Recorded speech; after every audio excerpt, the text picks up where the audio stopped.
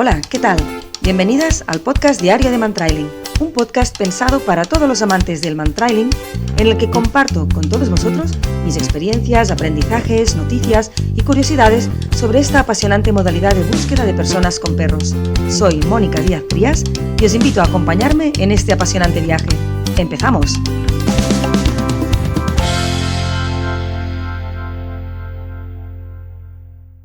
Hola, ¿qué tal? Bienvenidos de nuevo a este podcast.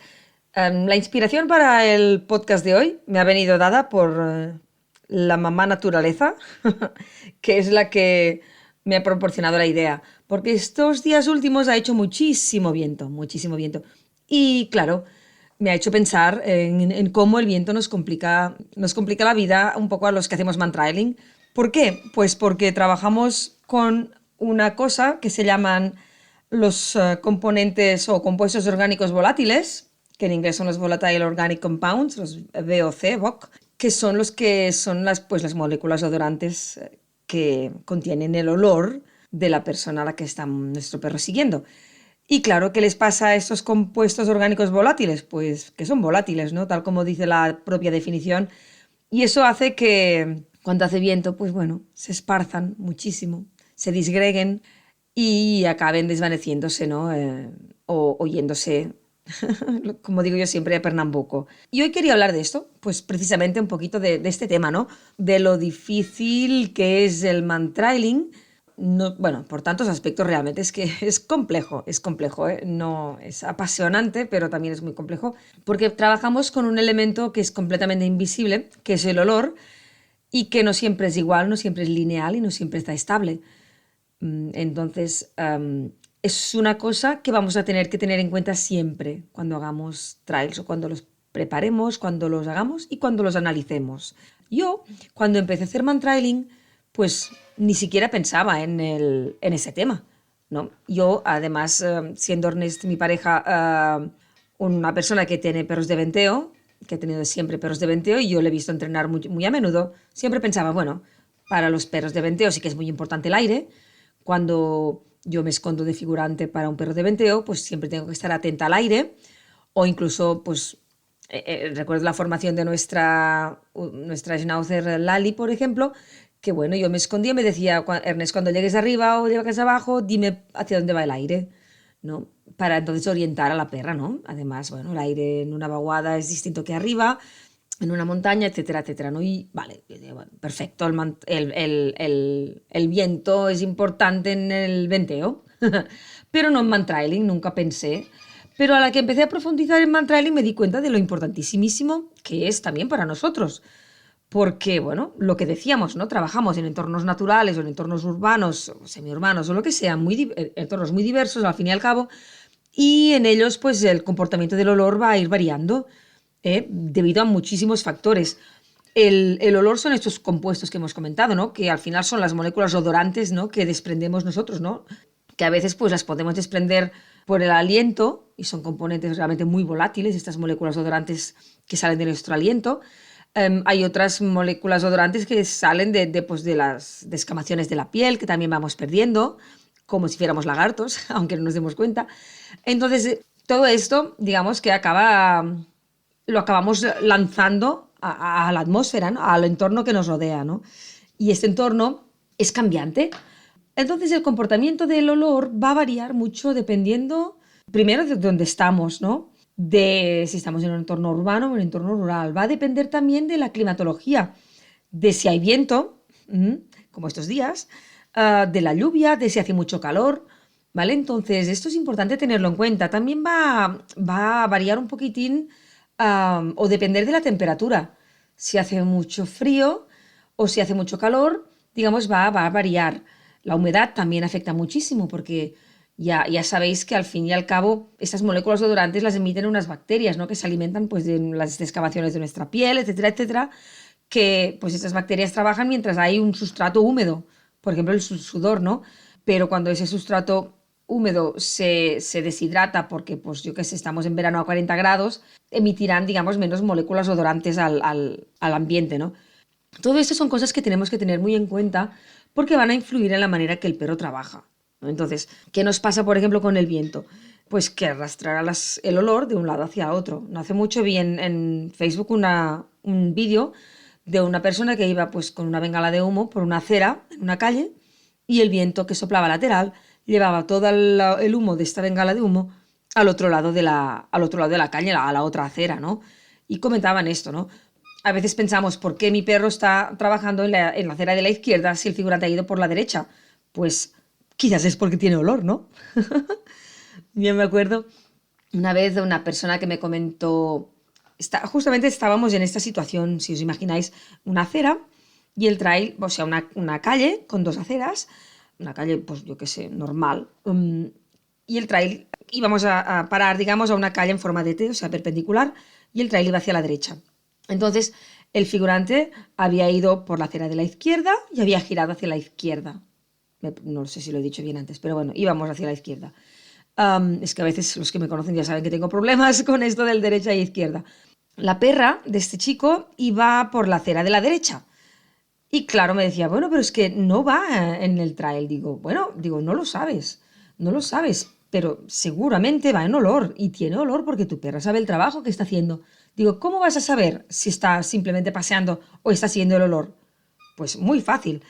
Si cuando lleguemos a esa calle perpendicular, la perra hace una media luna a la derecha y se va hacia la izquierda, que es donde está el figurante, por donde ha pasado, ¿vale? Entonces, y efectivamente la perra hizo justamente eso. Hizo un gran semicírculo o una media luna que le llamamos a la derecha y se fue hacia la izquierda, ¿vale? Es decir, el hecho de que no fuese por la acera por donde había caminado el figurante no quiere decir que no estuviera siguiendo el trail, ¿vale? Simplemente que a lo mejor por el viento, por lo que fuese, ella estaba cómoda siguiendo el trail a la derecha.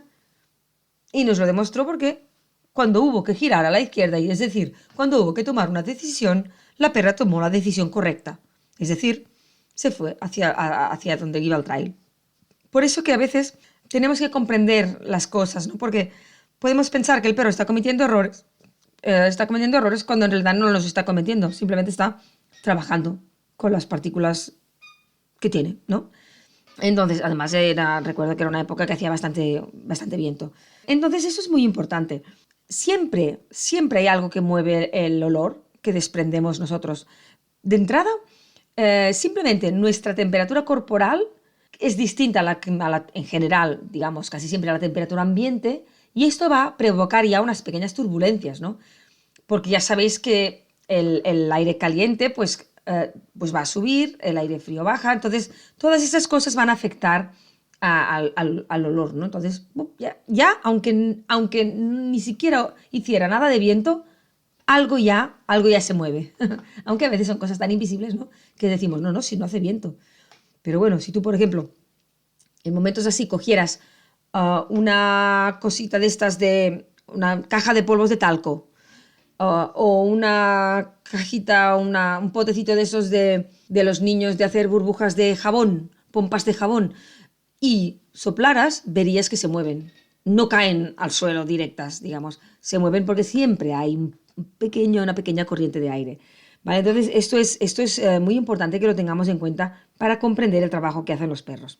Hay situaciones que están como tipificadas, más o menos diríamos, y algunas incluso les han puesto un nombre, y a mí me lo han explicado, y yo lo explico con este nombre, como por ejemplo, imaginaros que llegamos a una zona pues que hay un porche, un sotoportales o un bosque de pinos piñoneros, digamos que tienen estas copas muy redonditas y muy espesas, ¿no?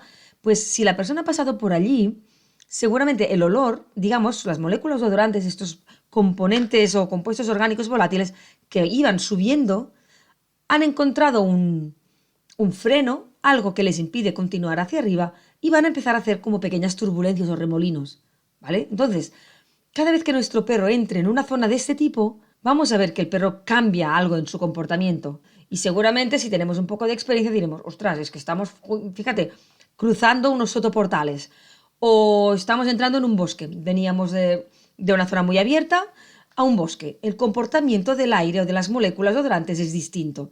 Entonces esto es una cosa que tenemos que tener en cuenta. Lo mismo cuando, por ejemplo, la persona está escondida en un punto, digamos, abajo, ¿no? Más abajo, digamos, escondida pues en un hueco de escalera, por ejemplo.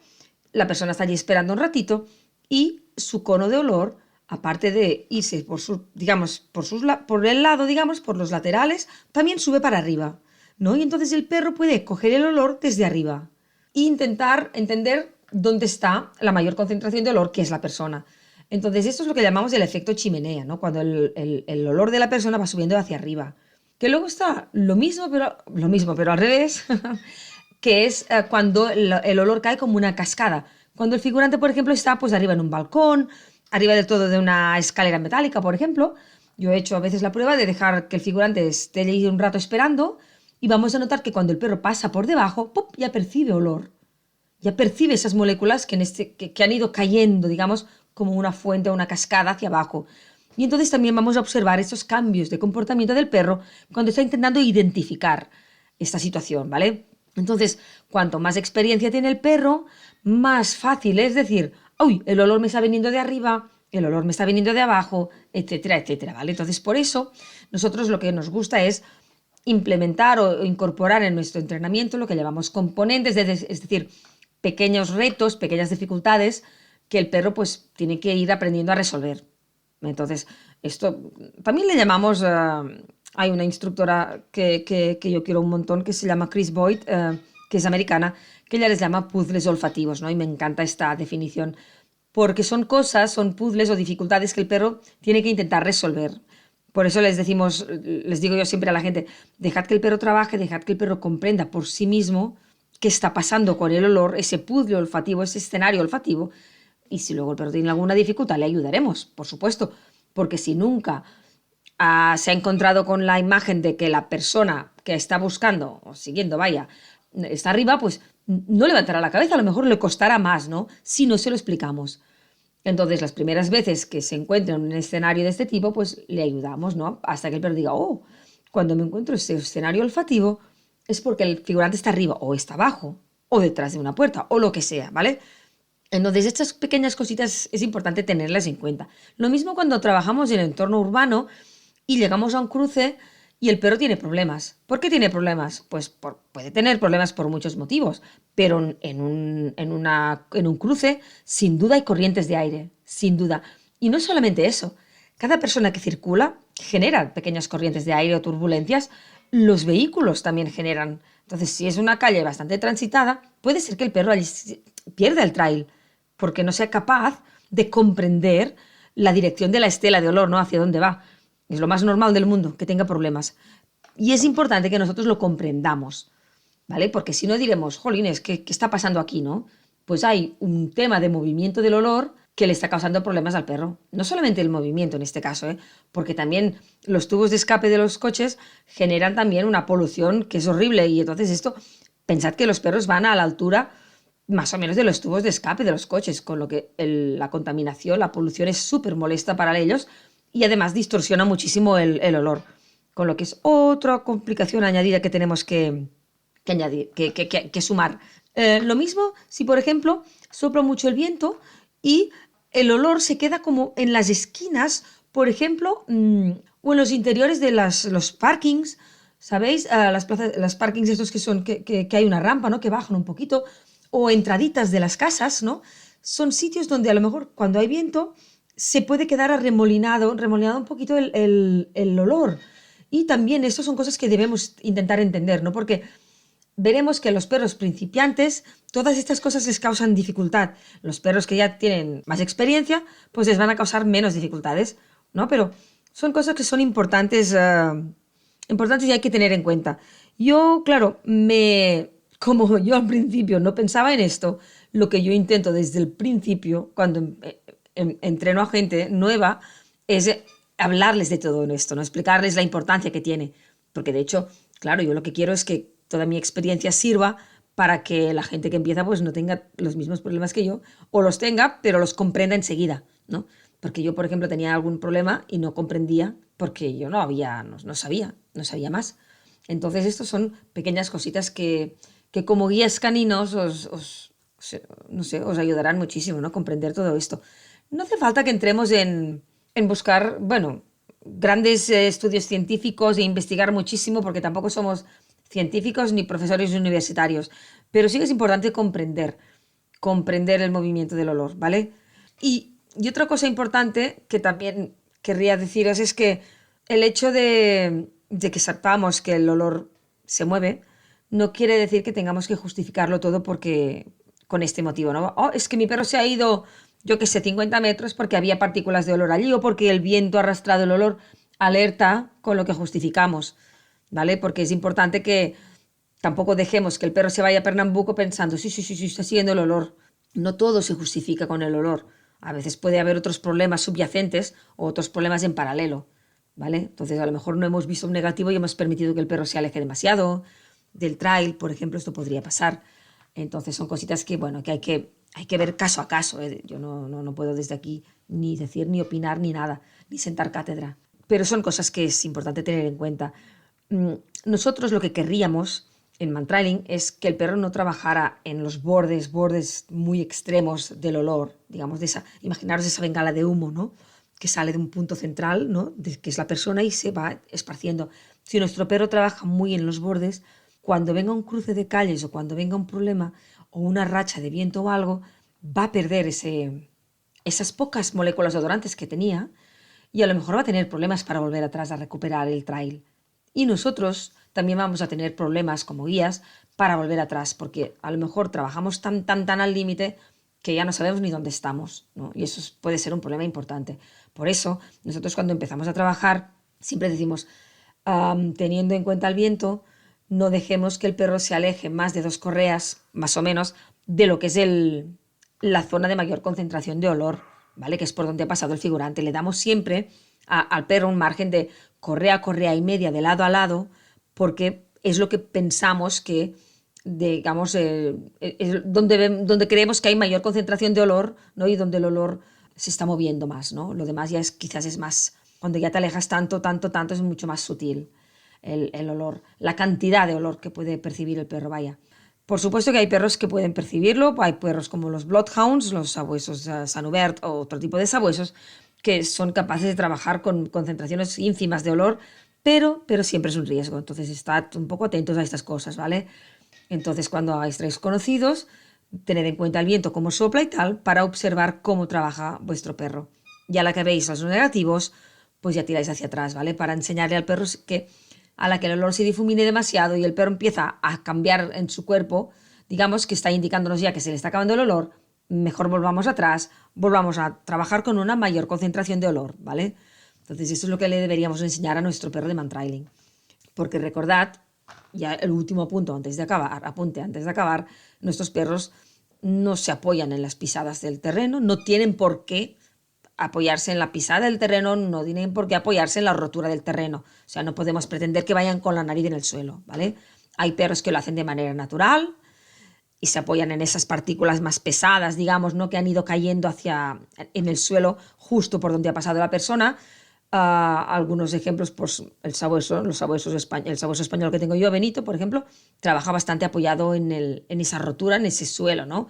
Porque son perros de rastro, ¿no? Que están hechos para eso, como los beagles, etcétera. Pero no tienen por qué ni se lo enseñamos. Es una herramienta, digamos, que tienen los perros, ¿no? Que les da versatilidad. Es decir, hay perros que cuando tienen problemas porque hay mucho corriente de aire, por ejemplo, trabajan mejor bajando la nariz en el suelo porque las partículas pesadas que están más en el suelo junto a la rotura del terreno, si estamos en rural, porque en urbano hay poca rotura, pues entonces se apoyan en esas y son capaces de ir siguiendo el trail de esta manera, ¿no?